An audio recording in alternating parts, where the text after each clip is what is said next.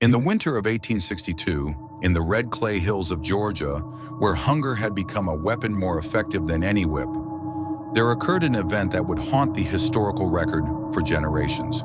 The Hartwell estate, once known throughout the state for its brutal efficiency and the gaunt faces of those who worked its fields, became the site of what military investigators would later call the most disturbing case of retributive justice they had ever encountered. Master Augustus Hartwell died over the course of 14 days in a locked wine cellar that had been transformed into something between a prison and a theater of cruelty. He died surrounded by abundance. Tables laden with roasted meats, fresh breads, ripe fruits, and aged wines. He died with his hand extended through iron bars, his fingers forever reaching toward food that remained inches beyond his grasp. He died of starvation in a room full of food he could see, could smell, could almost touch, but could never eat. The enslaved people of the Hartwell Plantation had learned about hunger from a master who wielded it like a surgeon wields a scalpel, with precision, calculation, and absolute control. For 30 years, Augustus Hartwell had perfected a system of deprivation that kept those under his power perpetually on the edge of collapse. Not quite dead, but never quite alive. Just hungry enough to be obedient, just desperate enough to comply. When the uprising came in December of 1862, they didn't kill him quickly. They didn't give him the mercy of a bullet or the swift justice of a rope. Instead, they gave him understanding. They gave him 14 days to comprehend, on the most visceral level possible, exactly what he had done to them for 3 decades. Some called it justice, others called it torture. The military investigator who found Hartwell's body called it the most philosophically complex crime scene he had ever witnessed. Because how do you prosecute people for doing to their oppressor exactly what he had done to them? How do you condemn them for teaching a lesson that could only be learned through experience? In the end, no one was hanged for Augustus Hartwell's death. The charges were quietly dropped. The case was sealed, and the Hartwell estate was abandoned to the Georgia wilderness, where locals still claim you can hear screaming on winter nights, the sound of a man begging for just one bite of food that will never come. This is not a story about heroes.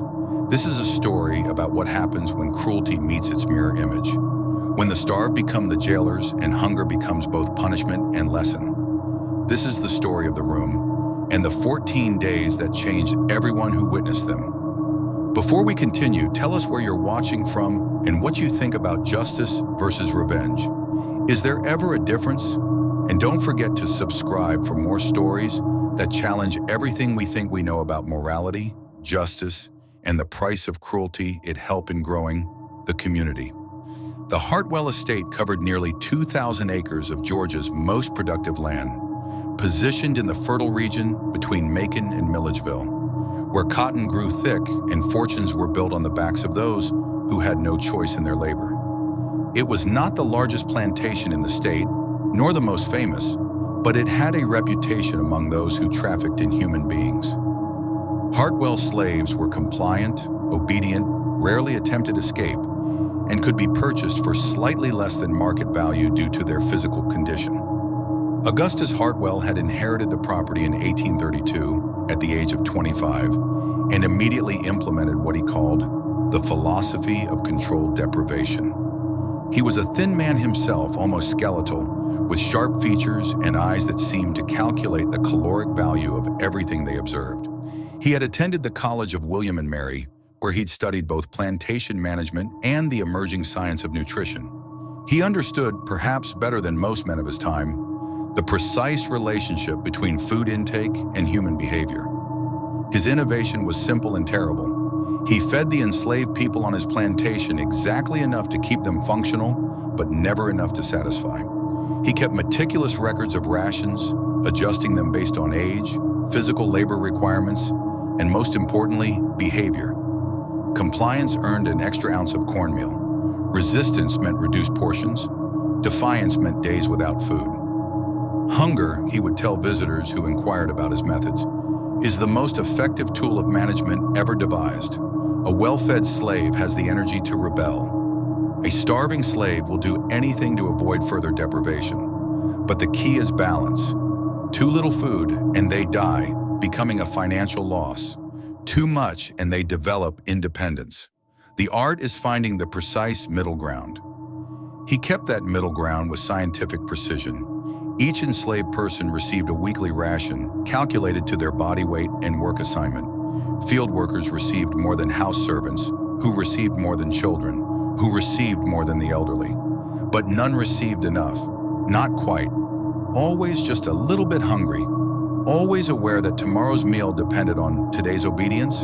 The result was a plantation where 143 people lived in a constant state of controlled starvation, where the sound of a dinner bell could make grown men weep with anticipation, where children fought over scraps, where the smell of food cooking in the main house was a torture that permeated every waking moment. And yet Hartwell was considered a progressive master by many of his peers. He rarely used the whip. He didn't need to when hunger did the work more effectively. He allowed marriages, permitted church services, even let the enslaved people maintain small vegetable gardens. But those gardens could never produce enough to supplement the deliberately insufficient rations. The marriages meant more mouths to feed on the same limited portions.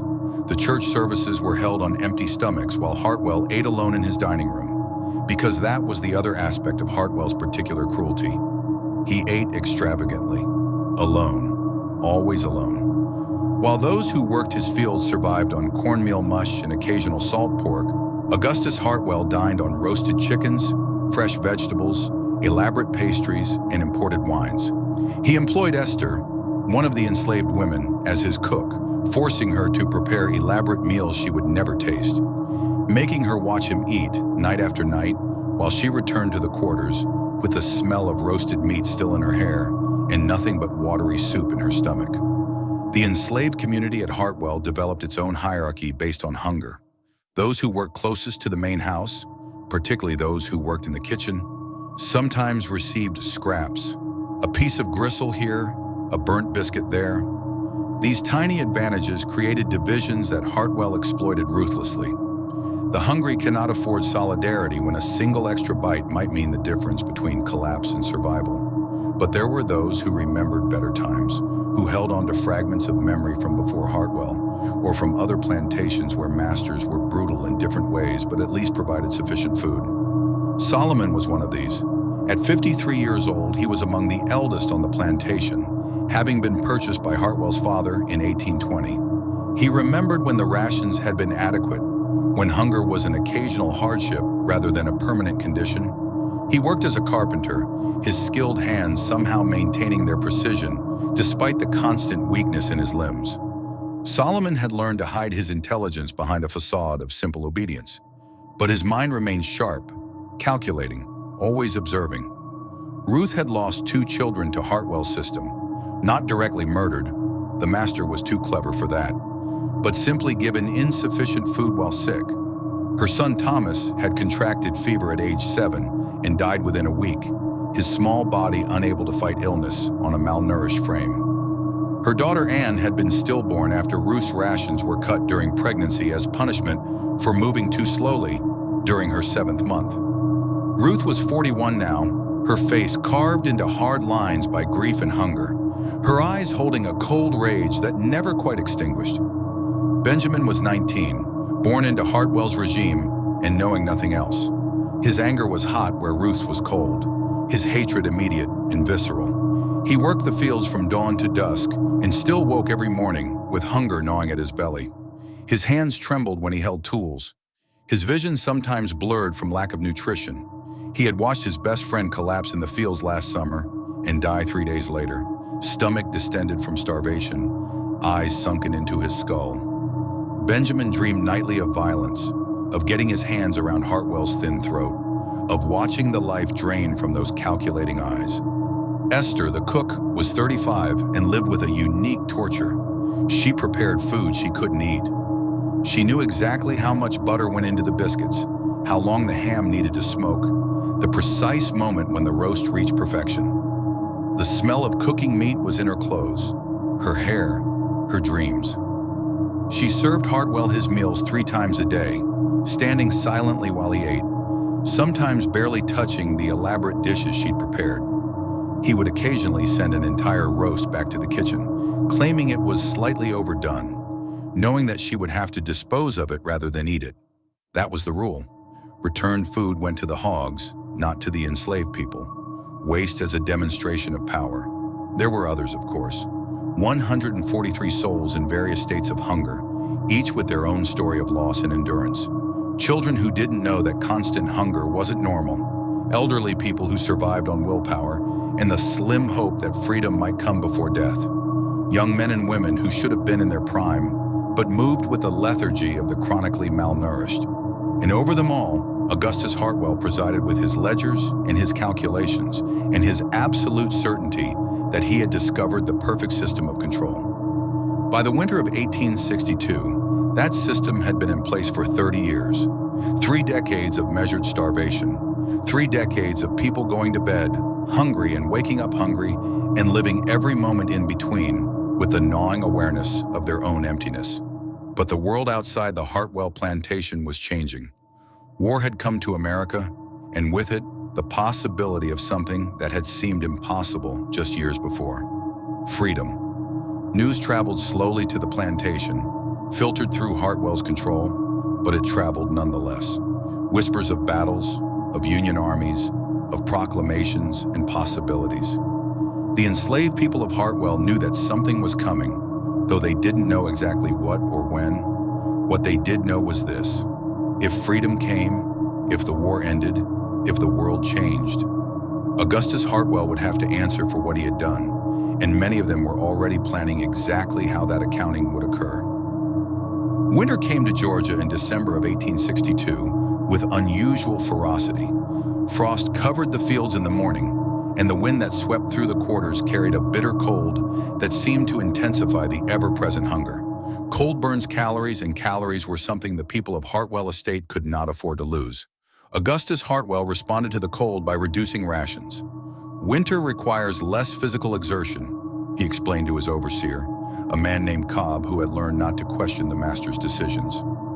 Therefore, less food is necessary. I'm cutting the weekly ration by 1/5. This will prepare them for the scarcity that war brings and maintain our stores for the challenging months ahead. The reduction was announced on a Sunday after the church service that Hartwell magnanimously permitted.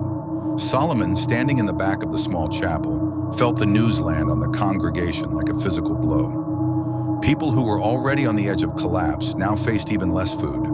Children who were already thin would become skeletal. The elderly who were barely surviving would likely not survive at all. That night, in the careful darkness between cabins, Solomon began having different conversations. Not about patience, not about endurance, about action. But before action could be organized, before plans could be made, tragedy struck in a way that would transform simmering anger into explosive rage. Her name was Sarah, and she was 6 years old. She was Ruth's granddaughter, the child of Ruth's only surviving daughter, Mary. Sarah had always been small, even by the standards of chronically underfed children. She had wide, curious eyes and a smile that occasionally broke through, despite the constant hunger. She loved to sing, her small voice carrying hymns learned in the chapel, songs about promised lands and better days. The ration reduction hit Sarah particularly hard. Children her age were already receiving minimal portions. Hartwell believed young children required less food and could survive on very little until they were old enough for field work. The additional cut meant Sarah was receiving perhaps 800 calories a day, barely enough to sustain basic life functions, let alone support a growing body. On December 18, 1862, Sarah collapsed while carrying water from the well. She simply dropped the bucket and fell to the frozen ground. Mary found her there and carried her to the cabin, her small body frighteningly light. For 3 days, Sarah lingered. Her grandmother Ruth sat beside her, trying to get the child to eat the tiny portions of cornmeal mush that was all they had to offer. But Sarah's stomach had shrunk too much. She couldn't keep anything down. Her body was consuming itself, burning muscle for fuel, her organs beginning to fail from prolonged malnutrition. On December 21st, with snow falling outside and her grandmother holding her hand, Sarah died. Her last words were, "Grandma, I'm so hungry." Ruth didn't scream, didn't cry, She simply stood up, walked outside into the snow in her thin dress, and stood there for 10 minutes, letting the cold seep into her bones, her face tilted toward the gray sky. When she came back inside, something fundamental had changed in her eyes. The funeral was held the next morning. Hartwell didn't attend. He never attended the funerals of enslaved people. The small body was buried in the plot beyond the quarters where so many others rested. The preacher, an enslaved man named Elijah, tried to offer words of comfort about heaven and rest and peace. Ruth interrupted him mid-prayer. "Enough," she said, her voice cutting through the cold air. "Enough talk of heaven, enough patience, enough endurance. That man," she pointed toward the main house visible through the bare winter trees, "murdered my granddaughter, as surely as if he'd put a gun to her head. He starved her to death, and he'll do it again to other children if we let him." "Ruth," Solomon said quietly, trying to calm her, aware that Cobb, the overseer, was within hearing distance. "No." Ruth's voice was steel. "I've buried 2 children and now a grandchild, all of them killed by hunger, while that man eats until he's sick and throws the rest to his dogs. I will not be silent anymore. I will not endure anymore. I will not wait for freedom that might never come while we die one by one." The gathered crowd was silent. Even Cobb seemed unsure how to respond to this outburst. To punish Ruth for her words would be to acknowledge their truth. Benjamin stepped forward. "What are you saying we should do?" Ruth looked at him, then at Solomon, then at Esther, then at each face gathered around the small grave. "I'm saying that man needs to learn. He needs to understand what he's done. And if freedom is coming, if the world is changing, then he needs to answer before he can run." That night, the conversations that had been whispers became louder. Solomon, who had counseled patience for years, found himself listening to arguments for immediate action. Benjamin, who had always been dismissed as too hot-headed, suddenly had people agreeing with his rage. Esther, who had suffered in silence, began speaking about what could be done from inside the main house. And then, 2 days later, the news arrived that would transform conversation into action. A Union patrol had been spotted 30 miles north. They were moving south slowly but steadily. The war, which had seemed distant, was approaching. And with it came the possibility, not the certainty, but the possibility of freedom. Augustus Hartwell began making preparations to flee. He was too clever to wait for Union troops to arrive, too aware that his treatment of enslaved people would not be viewed favorably by military authorities who might actually investigate. He began liquidating assets, converting property to portable wealth, preparing to abandon the plantation and relocate to somewhere deeper south, beyond Union reach. Word of his preparations reached the quarters within hours. Hartwell was going to run. He was going to escape consequence. He was going to take his wealth, built on their starvation, and simply start over somewhere else. That night, December 24th, 1862. Christmas Eve, Solomon called a meeting in the chapel. Nearly everyone came, cramming into the small building, their breath visible in the cold air. "He's running," Solomon said without preamble. "In 3 days, maybe 4, he'll be gone. And if he goes, he takes everything. Our labor, our suffering, our dead, all of it unpunished, unanswered for." "What can we do?" someone asked. "He has the overseer, the dogs, the guns." "He has fear," Benjamin said. "Our fear. But there are 143 of us and 3 of them. If we stopped being afraid, if we kill them," someone said, "we'll all hang. The Union might be coming, but they're not here yet. We'd be murdered slaves, not freed people." Solomon nodded slowly. "Which is why we don't kill anyone, not directly." The crowd waited. "We capture him," Solomon continued. "We prevent his escape, and then we teach him. We make him understand, in the only way he can understand, what he's done to us." "How?" Esther asked. Solomon looked at Ruth, who had been silent until now. Her voice when she spoke was cold and clear. "We starve him, just like he starved us, just like he starved Sarah.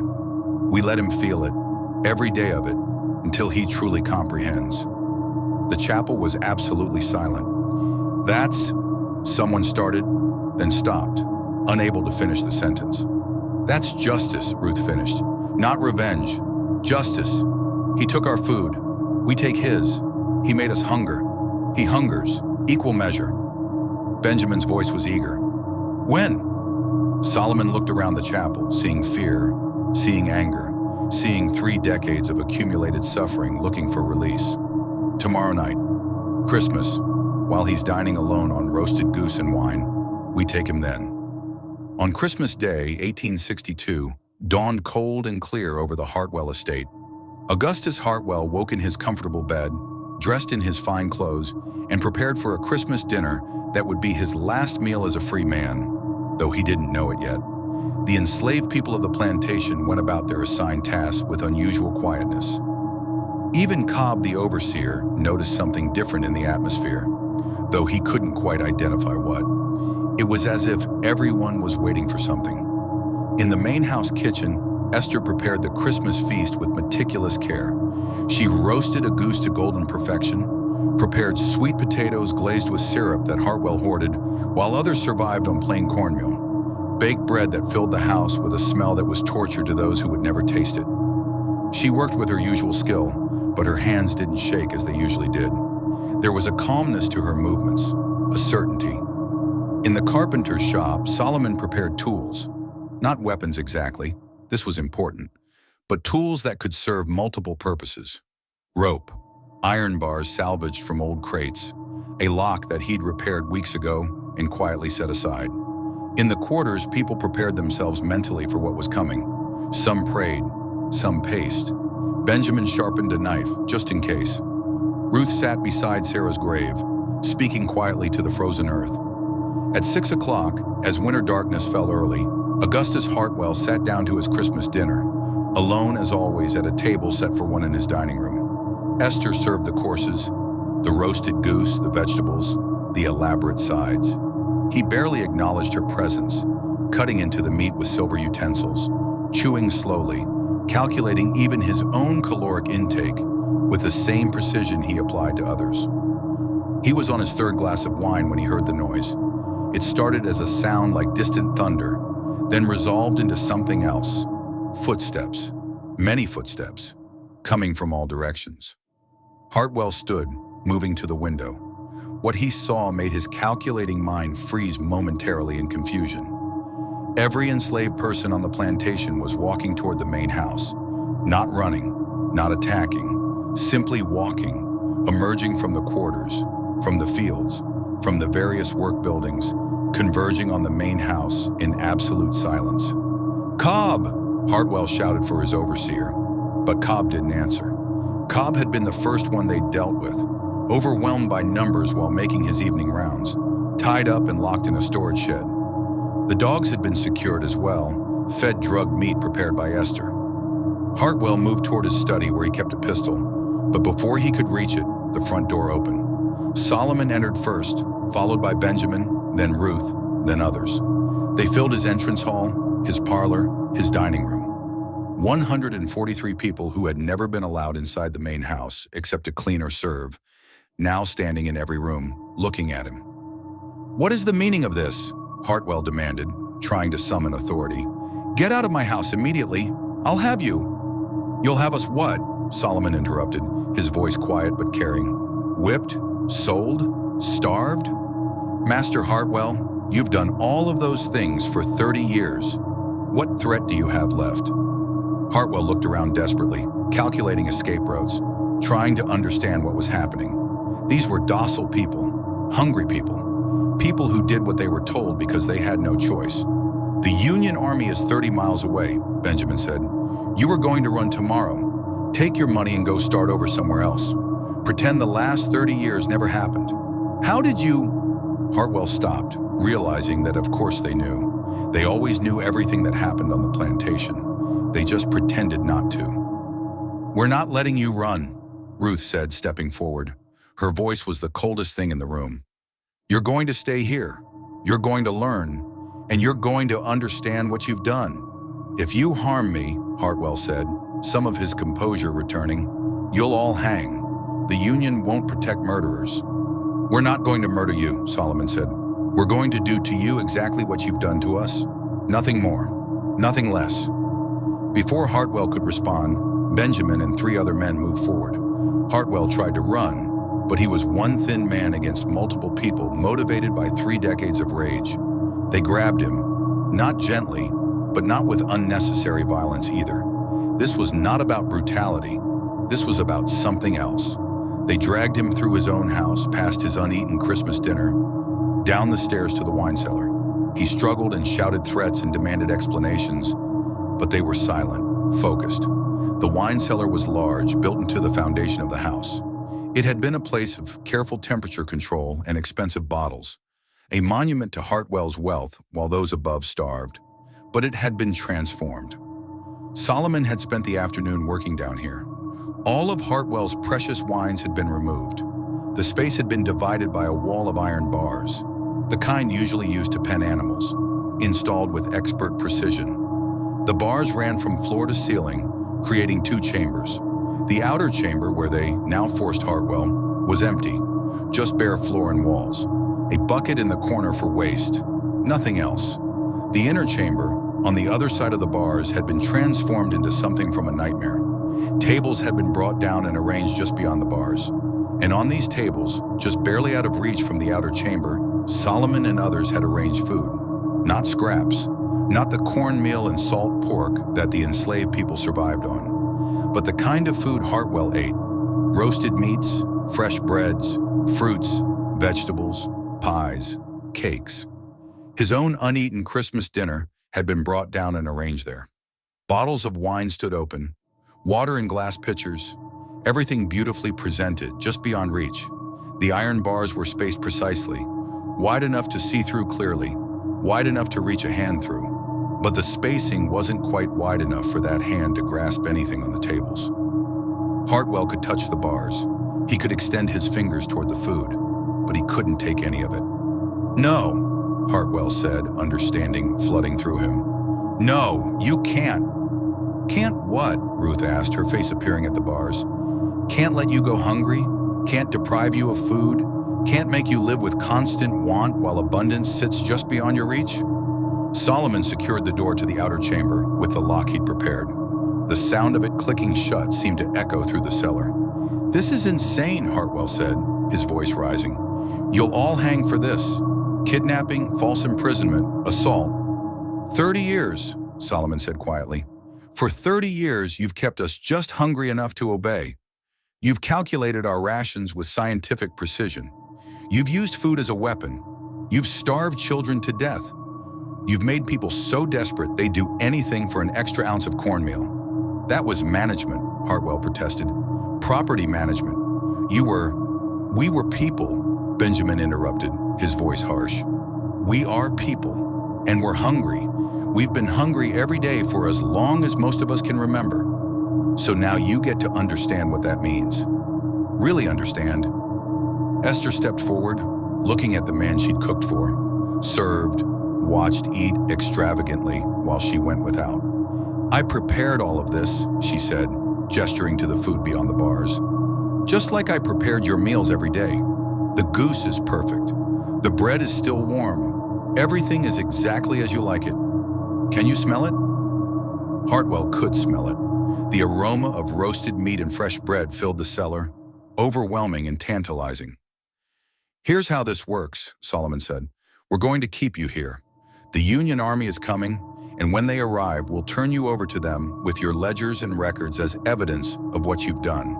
But until then, you're going to experience what you made us experience." "I'll die down here," Hartwell said. "Maybe," Ruth said coldly. "Sarah died too. She was 6 years old and she died because you decided she didn't need food. Do you remember her? Do you even know who she was?" Hartwell was silent. "We'll bring you water," Solomon said. "Enough to survive, but no food. You'll watch us eat. We'll make sure of that. You'll smell cooking every day. You'll see abundance you can't touch, just like we have for 30 years. They began to leave, ascending the stairs. Hartwell shouted after them, threats and pleas and demands all mixed together. But they didn't look back. At the top of the stairs, Solomon paused and looked down into the cellar. "You taught us about hunger, Master Hartwell. Now you get to learn what we already know. Hunger changes you. It hollows you out. it becomes all you can think about.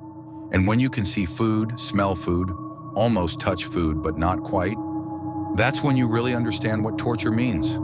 They closed and locked the cellar door, and Augustus Hartwell's education began. The first night, Hartwell didn't sleep. He spent hours trying to reach through the bars, extending his arm until his shoulder pressed against the iron, his fingers stretching desperately toward the table of food just beyond reach. The bars were precisely calibrated. He could get his hand through, his arm up to the elbow, but not quite far enough to grab anything. The bread was inches from his fingertips. The roasted goose might as well have been miles away. He tried moving the bars. They didn't budge. Solomon's carpentry work was flawless.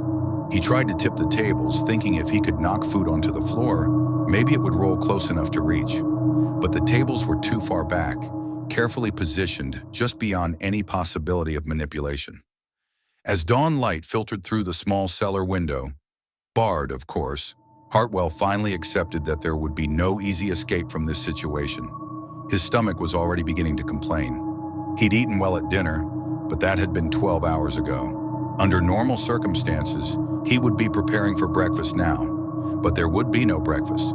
The sound of footsteps on the stairs made him turn. Solomon descended, carrying a tin cup of water. "Good morning, Master Hartwell," Solomon said, his tone neutral. He passed the cup through a slot in the bars designed for that purpose. "Drink slowly. This is your daily water ration." Hartwell grabbed the cup desperately and drank. It was half a pint, barely enough, but it was something. "Please," Hartwell said, abandoning pride. "This is madness. Let me go and I'll improve the rations.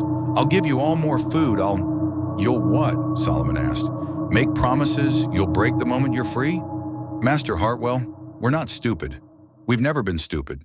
We've just been hungry." "The Union Army," Hartwell said, trying another tactic. "When they arrive, you could tell them I treated you well. Testify on my behalf. I'll free you all, give you papers." Solomon laughed, a bitter sound. "Now you offer freedom? Now you want to negotiate? Where was negotiation when Sarah was dying? When Ruth's children starved? When we've begged for enough food to survive?" He turned to leave, then paused. "Oh, by the way, we'll be eating breakfast soon, in the room above you. You'll be able to smell it. We're using the food from your pantry. After 30 years of scraps, we're going to eat well. Very well." Hartwell was left alone with his hunger and the sight of food he couldn't reach.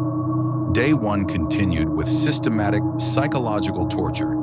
Every mealtime, people would gather in the room above the cellar.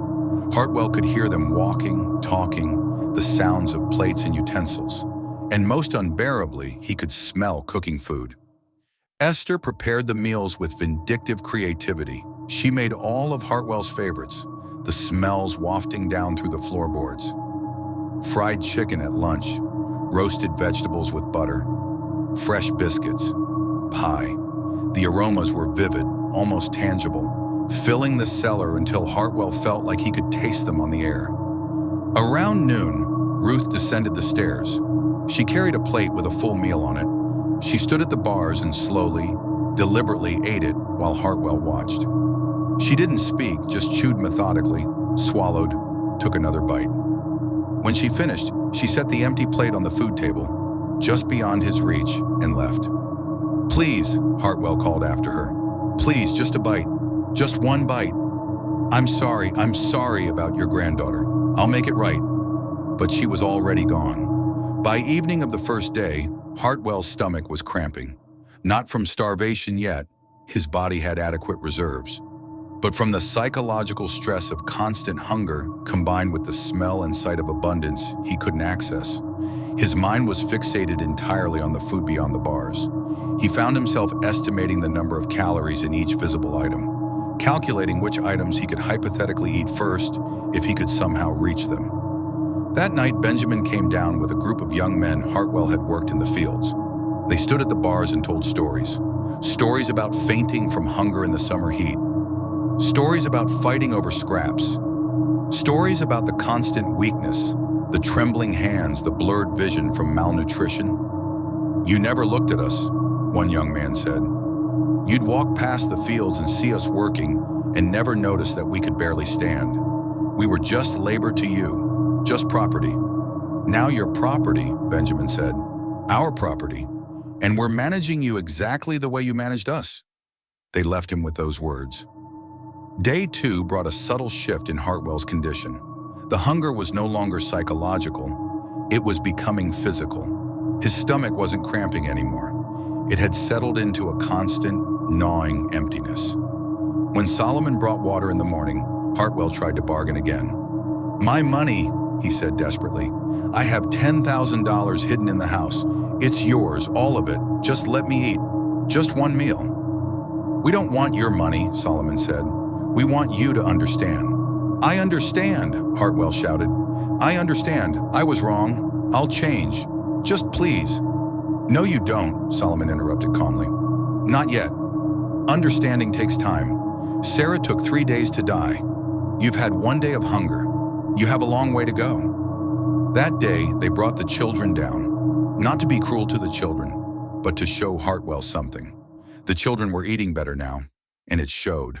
Their faces had more color.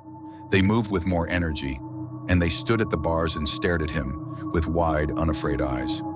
"This is the man who kept you hungry," a mother told her young son. "Look at him now. See how hunger looks?" The child stared, then asked innocently, "Why doesn't he just eat the food?" "He can't reach it," the mother explained, "just like we couldn't reach enough food all those years." The child nodded solemnly, processing this, and they left. Hartwell wept for the first time that afternoon. Day 3. Hartwell woke from fitful sleep with a pounding headache and profound weakness. 3 days without food was beginning to affect his body in measurable ways. His hands trembled. His vision occasionally blurred. The hunger was no longer something he felt. It was something he was, a hollow emptiness that defined his entire existence. The water Solomon brought that morning tasted like the most precious thing in the world. Hartwell drank it in tiny sips, trying to make it last, knowing it was all he would get until tomorrow. "How long?" he asked weakly. "How long are you going to do this?" "How long did you do it to us?" Solomon replied. 20 years, 30, a lifetime for some. You have barely started, Master Hartwell." That day, Esther came down with a plate of food. She sat on a chair positioned just beyond the bars and ate slowly, describing every bite. "The ham is perfect," she said. "Smoked for exactly 16 hours, just the way you always insisted. The fat renders in your mouth, sweet and salty at once. Can you smell it?" Hartwell could smell it. The aroma was maddening. "For 15 years, I cooked your food," Esther continued, cutting another bite. 15 years of preparing meals I couldn't taste. Do you know what that's like? To spend your whole day making food perfect, smelling it, watching it cook, and then going to bed hungry?" "I'm sorry," Hartwell whispered. His voice was hoarse from shouting and pleading. "I'm so sorry." "Are you sorry for what you did?" Esther asked. "Or sorry you're experiencing the consequences?" She didn't wait for an answer. She finished her meal, set the plate on the unreachable table, and left. By evening of day 3, Hartwell's body was fully in starvation mode. His stomach had stopped growling. That phase had passed. Now there was just emptiness, a hollow sensation that was both physical and existential. He found himself staring at the food beyond the bars for hours, memorizing every detail: the grain of the bread, the glisten of fat on the meat, the curve of an apple. He tried to sleep but couldn't. Hunger kept him awake, and when he did drift off, he dreamed of eating, only to wake and discover his mouth was empty, his stomach still hollow. Day 4 brought the first real hallucinations. Hartwell woke convinced that the bars had moved during the night, that the food was now within reach. He scrambled forward and extended his arm, absolutely certain he could grab the bread this time. His fingers closed on empty air. The bars hadn't moved. Nothing had changed except his deteriorating mind. When Solomon arrived with water, Hartwell barely recognized him at first. His vision was doubling, his thoughts slow and confused. "Please," he begged, no longer capable of pride or calculation. "Please, I'll do anything. Anything." 30 years, Solomon said quietly. "You had 30 years to do something different, to feed people adequately, to show mercy. You chose not to. This is your choice coming home to you." That afternoon, they brought down Hartwell's ledgers. The meticulous records he'd kept of every ration calculation, every punishment by food deprivation, every deliberate reduction. Ruth read from them aloud while Hartwell listened, his own words condemning him. December 1859, reduced rations for Sarah's mother Mary by 1/3 as punishment for pregnancy. Pregnancy is inefficient resource allocation. Ruth's voice was cold as winter steel. That was my daughter. You reduced her food while she was carrying a child.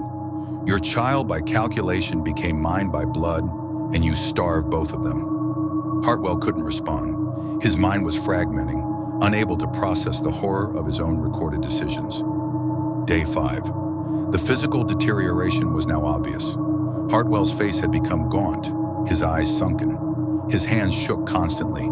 He had trouble standing without dizziness. His body was beginning to consume itself, breaking down muscle tissue for energy. But worse than the physical symptoms was the psychological torture. The smell of food had become a presence that haunted every waking moment. The sight of it was hypnotic. Hartwell found himself talking to the food, bargaining with it, begging it to somehow move closer. Benjamin came down that day with a mirror. He held it up so Hartwell could see himself. "Look," Benjamin said. "Look at what 5 days of hunger looks like. Now imagine this is your whole life. Imagine looking like this while working 16-hour days in fields under the summer sun. Imagine being a child and looking like this. That was us. That's what you did." Hartwell stared at his reflection, hollow-eyed, desperate, broken, and something in his mind cracked further. Day 6. Hartwell's thoughts were no longer entirely coherent. He would suddenly forget where he was, then remember and experience the horror fresh each time. Time became elastic. An hour felt like days, and days felt like moments. His entire existence had collapsed into a single fixation: food. He talked to himself constantly now, having conversations with people who weren't there. Sometimes he thought he was at dinner parties from years ago. Sometimes he believed he was a child again. And sometimes, in moments of clarity that were almost worse than the confusion, he understood exactly where he was and what was happening and why. In one of these clear moments, Solomon found him. "Why don't you just kill me?" Hartwell asked, his voice barely audible. "This is crueler than death." "Yes," Solomon agreed. "It is. Just like 30 years of calculated starvation was crueler than quick death. You didn't kill us fast, Master Hartwell. You killed us slowly, day by day, meal by meal. You took our strength, our health, our vitality. You made every day a struggle just to survive. So now you understand." "I understand," Hartwell whimpered. "Please, I understand now." "Do you?" Solomon studied him. "Or do you just want the pain to stop?" He didn't answer, and Solomon left him to his hunger. Day 7, 1 week. Hartwell had now experienced 1 week of what the people of his plantation had experienced for decades. His body was failing in measurable ways. His heartbeat was irregular. His thoughts were increasingly disordered. He could barely stand without help. But the food remained beyond reach, tantalizingly close, eternally inaccessible. Ruth came down that day and simply stood at the bars looking at him. After a long silence, she spoke. My granddaughter's last words were, "Grandma, I'm so hungry." She was 6 years old. She'd been hungry every day of her short life, and she died hungry, reaching for food that never came. Do you understand now what that means? Hartwell tried to respond but could only weep. He had no words left, no calculations, no philosophy, just tears and hunger and a growing awareness that this might not end, that he might die here reaching for food just as Sarah had died reaching for food, and there would be a perfect, terrible symmetry to it. Day 8. The hallucinations were constant now. Hartwell saw people who weren't there. He had conversations with his dead parents, with business associates, with versions of himself from different ages. The boundary between real and imagined had dissolved almost completely. In one lucid moment, he tried to bargain with Solomon again. The Union Army must be close now. When they come, you'll need me to testify that you treated me well. Let me eat, and I'll tell them you were kind, that you... Solomon cut him off. Master Hartwell, even now you're trying to manipulate. Even starving, even broken, you're calculating. That's what makes you what you are. It's not just that you starved us. It's that you did it with such cold calculation. You measured our suffering like you measured grain. That's what we need you to understand. Not just hunger, but what it means to be treated like objects instead of people. Day 9. Hartwell barely moved anymore. He lay on the floor of his cell, staring at the food beyond the bars with eyes that no longer quite focused. His body was in full starvation mode, his organs beginning to shut down, his mind no longer capable of complex thought. Esther brought down fresh bread that day, still warm from the oven. She held it just beyond the bars, letting him smell it. 15 years, she said softly. 15 years of this smell in my hair, my clothes, my dreams, but never in my mouth. You made me live with want. Now you know what want really means. Day 10, a breaking point of a different kind. Benjamin came down intending to mock Hartwell's condition, but when he saw the broken shell of a man lying barely conscious on the floor, he felt something unexpected, discomfort. Not quite sympathy, but a recognition that they might be going too far, becoming something they didn't want to be. He found Solomon upstairs and said, "Maybe we should end this." Solomon looked at him steadily. "Why?" Because look at him. He's dying, and we're just watching him die slowly. How does this make us better than him? It doesn't, Ruth's voice came from behind them. She'd been listening. We're not trying to be better than him. We're trying to teach him, and some lessons are hard. But what are we teaching ourselves? Benjamin asked. Sarah wouldn't want this. None of the dead would want us to become torturers. No? Ruth's eyes were hard. You didn't see her die. You didn't hold her while she begged for food. Don't tell me what she would want. The argument continued, but it revealed a division forming in the community. Some wanted to continue until Hartwell died, seeing it as fitting justice. Others were beginning to feel contaminated by the cruelty of what they were doing, and a few, like Solomon, were simply watching and waiting to see what everyone else would decide. Day 11. Hartwell was no longer entirely conscious. He drifted in and out of awareness, sometimes believing he was eating, his jaw moving as he chewed nothing. Other times he seemed to wake up and remember where he was, and his face would contort in fresh agony. The community was fracturing over what to do. Arguments broke out in the quarters at night. Some wanted to release him, turn him over to the approaching Union Army, and let proper justice take its course. Others wanted to watch him die, completing the lesson. A few even suggested mercy, one quick death instead of this prolonged torture. Solomon called a meeting that evening. Everyone gathered in the chapel while Hartwell lay dying in the cellar below. We have to decide, Solomon said. The Union Army will be here in 2 or 3 days. We can keep him alive until then, turn him over with the evidence, or we can let nature take its course, or we can end it ourselves. But we need to decide together. He deserves to die the way he made others die, one voice said. Slow and hungry. But we don't deserve to become killers, another responded. That's what he was. A man who killed through calculated cruelty. If we do the same, how are we different? We're different because we have cause. Ruth stood up, her voice passionate. We're not doing this for profit or power. We're doing this because justice demands it. Justice or vengeance? An older woman asked quietly. Which is it really? The debate went on for hours. It revealed something profound, that justice and revenge were harder to separate than anyone wanted to admit. That suffering created a debt they all felt owed, but collecting that debt was changing them in ways not everyone was comfortable with. Finally, Solomon proposed a compromise. We keep him alive. We give him enough water to survive until the Union Army arrives, but we don't feed him. Let him experience a few more days of hunger, and then let proper authority decide his fate. The vote was close, but it passed. Day 12. They gave Hartwell more water, enough to stabilize his failing organs. He was too weak to stand, too confused to speak coherently, but he was alive. Barely. The food remained beyond the bars, a constant presence. He stared at it with eyes that barely saw, his mind reduced to a single thought endlessly repeating, hungry, hungry, hungry. That afternoon they heard horses, multiple horses, shouts, commands.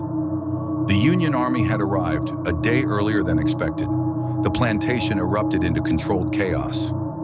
Federal soldiers in blue uniforms spread out across the property, shocked by what they found. A mansion occupied by formerly enslaved people, an overseer tied up in a shed, and a man dying in a cellar surrounded by food he couldn't reach. The commanding officer, a captain named Morrison, descended into the cellar and stared at the scene with undisguised horror. "What in God's name?" He turned to Solomon, who had accompanied him. "What is this?" "Justice," Solomon said simply, "or revenge, depending on how you look at it." They brought a doctor who examined Hartwell. "This man is severely malnourished. He's been starved nearly to death. In another 2 days, he would have died." The doctor looked at Solomon with accusation in his eyes. "He starved 143 people for 30 years, Solomon replied, his voice level. "His ledgers document everything, every calculated ration, every deliberate reduction. Children died from his system. We just gave him 12 days of what he gave us for decades." Captain Morrison had Hartwell removed from the cellar and given medical care. Then he spent 3 days interviewing people, reading Hartwell's meticulously kept records, examining the evidence. His final report would state, "While the treatment of Mr. Hartwell by the formerly enslaved people was arguably criminal, the provocation was such that prosecution seems neither practical nor just." Mr. Hartwell's own records document systematic starvation and abuse.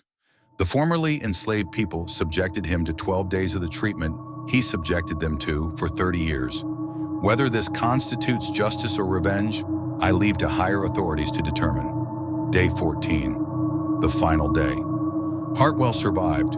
He was transported to a military hospital where he spent 6 weeks recovering. He would eventually be tried for various crimes related to his treatment of enslaved people. The war ended. The world changed. And Augustus Hartwell lived through it all, his body healing, but his mind forever marked by 14 days in a room full of food he couldn't touch. The immediate chaos following the Union Army's arrival took weeks to sort out. The Hartwell estate became a temporary camp for freed people, with federal authorities trying to establish order and figure out what to do with hundreds of people who had suddenly gone from being property to being, what exactly? Freed, yes, but freed into what kind of world? Captain Morrison, who had seen battlefields and all the horrors war brings, found himself struggling with the situation at Hartwell's plantation. He was a practical man, trained in law and military justice, and what he'd found in that cellar challenged his sense of how justice should work. He called Solomon to his temporary office in what had been Hartwell's study. "I need to understand something," Morrison said. "You're an educated man. I can tell from how you speak, how you think. You understand right and wrong, so explain to me how what you did to Hartwell was right." Solomon sat silently for a moment, choosing his words carefully. "Captain, imagine you've been hungry every day for 30 years. Not sometimes hungry. Every day. Every single day. And imagine the man who kept you hungry did it deliberately, scientifically, with careful calculation. He documented your suffering in ledgers. He watched you weaken and didn't care. He let children die rather than give them enough food. How do you respond to that?" "Through law," Morrison said. "Through proper channels." "What law?" Solomon asked. "For 30 years, the law said we were property. The law protected him, not us. So when the law changes, when suddenly we're people instead of property, what justice can the law give us for 3 decades of suffering? Can it give us back our strength, our dead children, our wasted years?" Morrison had no answer. "We didn't kill him," Solomon continued. "We gave him 12 days of what he gave us for 30 years. 12 days. If that's a crime, then his 30 years were 1,000 times worse. But his was legal and ours was criminal. So tell me, Captain, what is justice?" The conversation haunted Morrison. In his final report, he recommended no prosecution of Solomon or anyone else involved in Hartwell's imprisonment. His superiors agreed, quietly, and the matter was allowed to fade from official record. But it didn't fade from memory. Augustus Hartwell recovered physically, though his mind never quite healed. He was tried on various charges related to his treatment of enslaved people. Charges that became possible only because his own meticulous records provided overwhelming evidence. He was convicted of multiple counts of criminal neglect and abuse. The sentence was 20 years in prison, though he served only 12 before being released for health reasons. He lived another 10 years after his release, dying in 1884 at the age of 77. Those who knew him during his final years reported that he was obsessed with food. He would hoard bread in his rooms. He would wake in the night screaming about being hungry. He would sometimes be found reaching toward empty tables, his hands grasping at nothing, his eyes seeing something that wasn't there. The formerly enslaved people of the Hartwell estate scattered to the winds. The property was confiscated by federal authorities and eventually sold off in pieces. The main house stood empty for years before burning down in a fire of suspicious origin. The wine cellar, however, remained intact, becoming a source of local legend. Solomon stayed in Georgia, working as a carpenter and eventually opening his own shop. He married and had children and tried to build a life beyond hunger. But in interviews given late in his life, he remained conflicted about what had happened in the room. "I thought it would satisfy something," he told a journalist in 1890. "I thought if he understood, if he truly felt what we felt, it would somehow balance things. But it didn't. The 12 days we kept him hungry didn't fill the 30 years he kept us hungry. It just added more suffering to the world. And I'm still not sure if that was justice or if we just became what he was. People who could watch others suffer and justify it." The journalist asked if he regretted it. Solomon thought for a long time before answering. "I regret that it was necessary. I regret that he made it necessary. I regret that the world was such that a man could starve people for profit and call it legal. But do I regret what we did? No.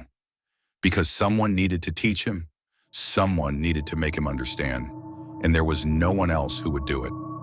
Ruth, who had lost her granddaughter Sarah, never expressed any regret. She moved to Atlanta after the war and opened a boarding house for freed people. When asked about Hartwell, her response was always the same. "He got 12 days. Sarah got 6 years of hunger and then death. The math doesn't balance. He got off easy." Benjamin fought in the Union Army for the remainder of the war, then moved north to Ohio, where he worked in a factory. He never spoke publicly about the room, but friends reported that he had nightmares. Not about the war, but about watching Hartwell starve.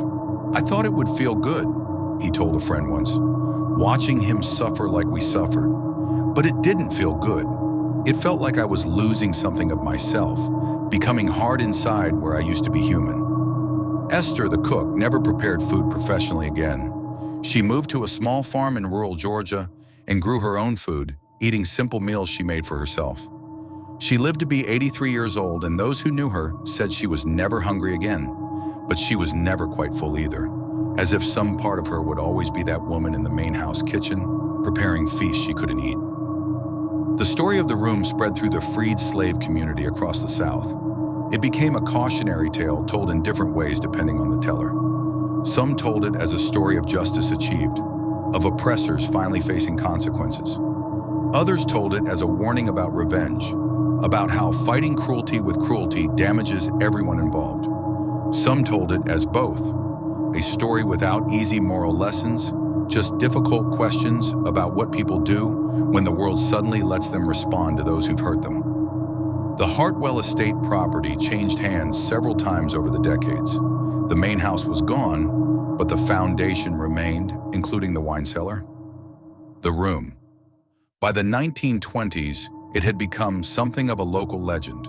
Stories circulated about strange phenomena, sounds of someone crying, the smell of food where no food existed, cold spots in the cellar, even during summer heat. A group of students from a nearby college visited in 1923 and reported hearing sounds they couldn't explain. Like someone chewing, one of them wrote, but with desperate intensity, as if eating after being starved. But when we went down to the cellar, it was empty. The property was eventually abandoned entirely, too associated with dark history for anyone to want it. The cellar entrance was sealed with concrete in 1947, but locals still reported phenomena. Lights in the abandoned cellar, sounds at night. And most commonly, the smell of food, roasted meat and fresh bread, coming from a place where no food had existed for decades. In the 1970s, a historical society tried to preserve the site as a memorial to slavery's horrors. The cellar was reopened and documented. Photographs show the iron bars still in place, the spacing that made food visible but unreachable. The tables were long gone, but the marks where they'd stood remained on the floor. The memorial project was abandoned after several volunteers reported disturbing experiences. One described seeing a figure reaching through the bars, though no one was there when others looked.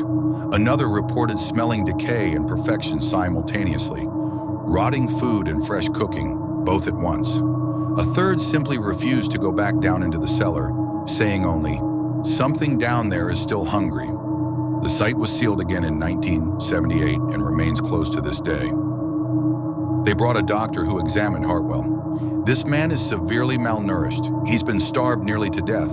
In another 2 days, he would have died." The doctor looked at Solomon with accusation in his eyes. "He starved 143 people for 30 years, Solomon replied, his voice level. "His ledgers document everything, every calculated ration, every deliberate reduction. Children died from his system. We just gave him 12 days of what he gave us for decades." Captain Morrison had Hartwell removed from the cellar and given medical care. Then he spent 3 days interviewing people, reading Hartwell's meticulously kept records, examining the evidence. His final report would state, "While the treatment of Mr. Hartwell by the formerly enslaved people was arguably criminal, the provocation was such that prosecution seems neither practical nor just.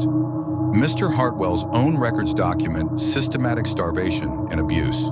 The formerly enslaved people subjected him to 12 days of the treatment he subjected them to for 30 years. Whether this constitutes justice or revenge, I leave to higher authorities to determine." Day 14, the final day. Hartwell survived. He was transported to a military hospital where he spent 6 weeks recovering. He would eventually be tried for various crimes related to his treatment of enslaved people. The war ended. The world changed. And Augustus Hartwell lived through it all, his body healing, but his mind forever marked by 14 days in a room full of food he couldn't touch. The immediate chaos following the Union Army's arrival took weeks to sort out. The Hartwell estate became a temporary camp for freed people, with federal authorities trying to establish order and figure out what to do with hundreds of people who had suddenly gone from being property to being, what exactly? Freed, yes, but freed into what kind of world? Captain Morrison, who had seen battlefields and all the horrors war brings, found himself struggling with the situation at Hartwell's plantation. He was a practical man, trained in law and military justice, and what he'd found in that cellar challenged his sense of how justice should work. He called Solomon to his temporary office in what had been Hartwell's study. "I need to understand something," Morrison said. "You're an educated man. I can tell from how you speak, how you think. You understand right and wrong. So explain to me how what you did to Hartwell was right." Solomon sat silently for a moment, choosing his words carefully. "Captain, imagine you've been hungry every day for 30 years. Not sometimes hungry. Every day. Every single day. And imagine the man who kept you hungry did it deliberately, scientifically, with careful calculation. He documented your suffering in ledgers. He watched you weaken and didn't care. He let children die rather than give them enough food. How do you respond to that?" "Through law," Morrison said. "Through proper channels." "What law?" Solomon asked. "For 30 years, the law said we were property. The law protected him, not us. So when the law changes, when suddenly we're people instead of property, what justice can the law give us for 3 decades of suffering? Can it give us back our strength, our dead children, our wasted years?" Morrison had no answer. "We didn't kill him," Solomon continued. "We gave him 12 days of what he gave us for 30 years. 12 days. If that's a crime, then his 30 years were 1,000 times worse. But his was legal and ours was criminal. So tell me, Captain, what is justice?" The conversation haunted Morrison. In his final report, he recommended no prosecution of Solomon or anyone else involved in Hartwell's imprisonment. His superiors agreed quietly, and the matter was allowed to fade from official record. But it didn't fade from memory. Augustus Hartwell recovered physically, though his mind never quite healed. He was tried on various charges related to his treatment of enslaved people, charges that became possible only because his own meticulous records provided overwhelming evidence. He was convicted of multiple counts of criminal neglect and abuse. The sentence was 20 years in prison, though he served only 12 before being released for health reasons. He lived another 10 years after his release, dying in 1884 at the age of 77. Those who knew him during his final years reported that he was obsessed with food. He would hoard bread in his rooms. He would wake in the night screaming about being hungry. He would sometimes be found reaching toward empty tables, his hands grasping at nothing, his eyes seeing something that wasn't there. The formerly enslaved people of the Hartwell estate scattered to the winds. The property was confiscated by federal authorities and eventually sold off in pieces. The main house stood empty for years before burning down in a fire of suspicious origin. The wine cellar, however, remained intact, becoming a source of local legend. Solomon stayed in Georgia, working as a carpenter and eventually opening his own shop. He married and had children and tried to build a life beyond hunger. But in interviews given late in his life, he remained conflicted about what had happened in the room. "I thought it would satisfy something," he told a journalist in 1890. "I thought if he understood, if he truly felt what we felt, it would somehow balance things. But it didn't. The 12 days we kept him hungry didn't fill the 30 years he kept us hungry. It just added more suffering to the world. And I'm still not sure if that was justice or if we just became what he was. People who could watch others suffer and justify it." The journalist asked if he regretted it. Solomon thought for a long time before answering. "I regret that it was necessary. I regret that he made it necessary. I regret that the world was such that a man could starve people for profit and call it legal. But do I regret what we did? No, because someone needed to teach him. Someone needed to make him understand. And there was no one else who would do it." Ruth, who had lost her granddaughter Sarah, never expressed any regret. She moved to Atlanta after the war and opened a boarding house for freed people. When asked about Hartwell, her response was always the same. "He got 12 days. Sarah got 6 years of hunger and then death. The math doesn't balance. He got off easy." Benjamin fought in the Union Army for the remainder of the war, then moved north to Ohio, where he worked in a factory. He never spoke publicly about the room, but friends reported that he had nightmares, not about the war, but about watching Hartwell starve. "I thought it would feel good," he told a friend once, "watching him suffer like we suffered. But it didn't feel good. It felt like I was losing something of myself, becoming hard inside where I used to be human." Esther, the cook, never prepared food professionally again. She moved to a small farm in rural Georgia and grew her own food, eating simple meals she made for herself. She lived to be 83 years old, and those who knew her said she was never hungry again. But she was never quite full either, as if some part of her would always be that woman in the main house kitchen, preparing feasts she couldn't eat.